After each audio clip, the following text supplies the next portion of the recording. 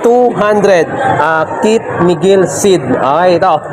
Pag nasagutan nyo, sa loob ng 3 minuto, meron kayong 200 pesos. Okay?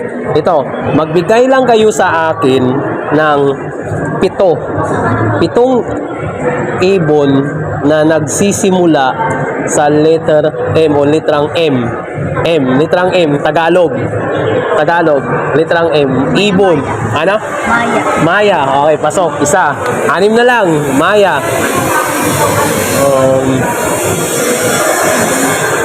Maya.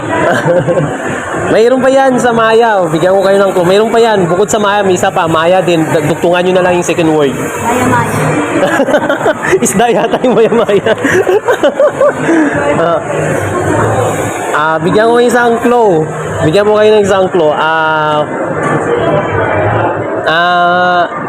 Mas madalas natin nakikita siya sa mas binibili sa mga kinakain sa fast food chain, mga ganon, nandiyan din siya.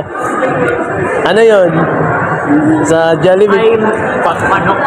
Ano? Manok. Yun, manok. Pasok. Part ng ibon yun yung manok. Okay, manok. O, 5 na lang. Mahaba pa yung oras. 5 na lang. Maya, manok. Yung Maya, bigyan ko kayo ng clue. Sa Maya, meron pa yun. Maya, tapos dugtungan nyo na lang. 2 yun. So, pag nasagot nyo, di may 4 na yun, di 3 na lang. Maya, ano pa isa? Maya, ano? Maya bird. Maya bird. Maya bird. Guys, dalawa. Ano pa? Meron pa kayong 1 minuto. 1 minuto. Meron pa. Ano? Hirap mo eh. Call a friend. Tayo sa kaibigan nyo.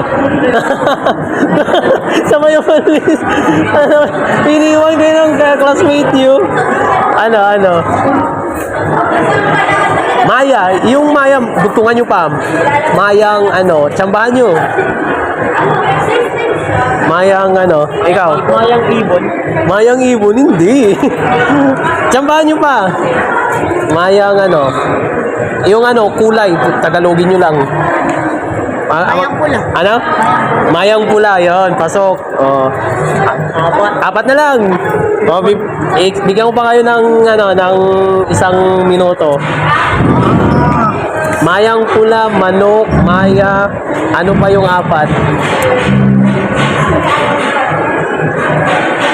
Isa pang Maya. Mayang orange. Mayang orange. Hindi na. Yun lang, mayang pula lang. Hindi na. Mayang mamboyan. Ano? Mayang orange. Kaya niyo yan. 4. 10 yan kaso ginawa kong 7 kasi lucky number ko yung 7. Yeah. Last 5 seconds. 5, 4, 3, 2, 1. Ayun mga idol, kung alam nyo yung ibang sagot na klase ng ibon na nagsisimula sa Tagalog, comment nyo dyan.